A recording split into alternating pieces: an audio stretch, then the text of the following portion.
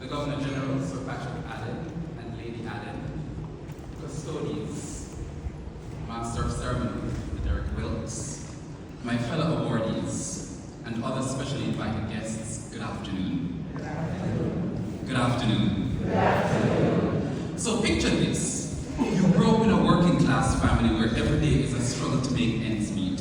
Against the odds, you manage to reach university only to find that the challenges persist. Yet, fueled by determination, you forge ahead, navigating the complexities of academia and professional life. That is the story of many of us being awarded today. But our journey doesn't end with personal success. It extends far beyond ourselves. Many of us here have dedicated ourselves to improving Jamaica at the community, national, and international levels. We've been working hard to see others live better lives.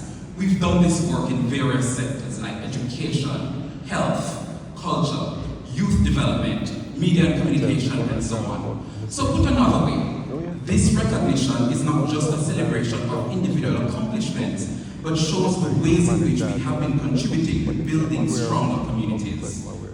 I'm immensely grateful to be given this opportunity to give remarks on behalf of all of the awardees this afternoon.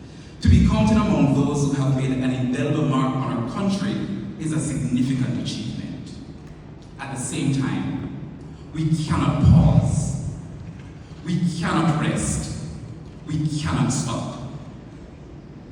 Our communities still need us.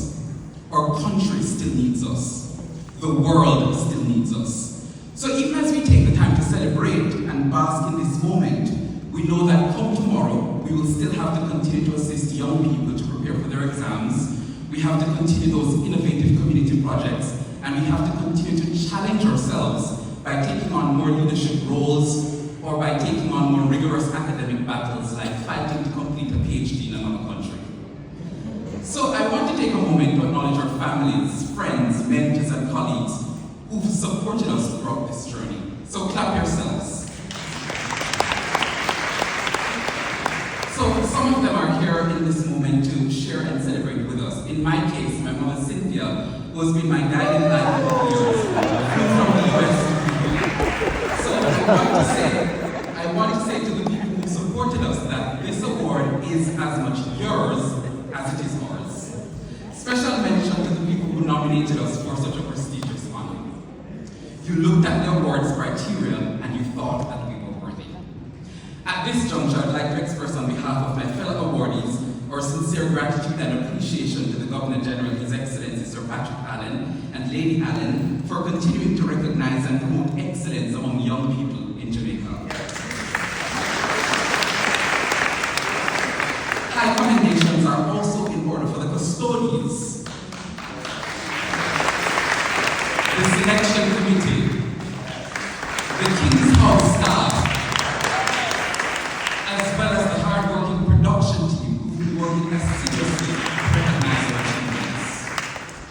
And for those who are nominated, yes, I'm sure you'll see them around, but they did not receive the award, I want you to tell them that we know that they're doing good work, and so I charge them to continue to excel.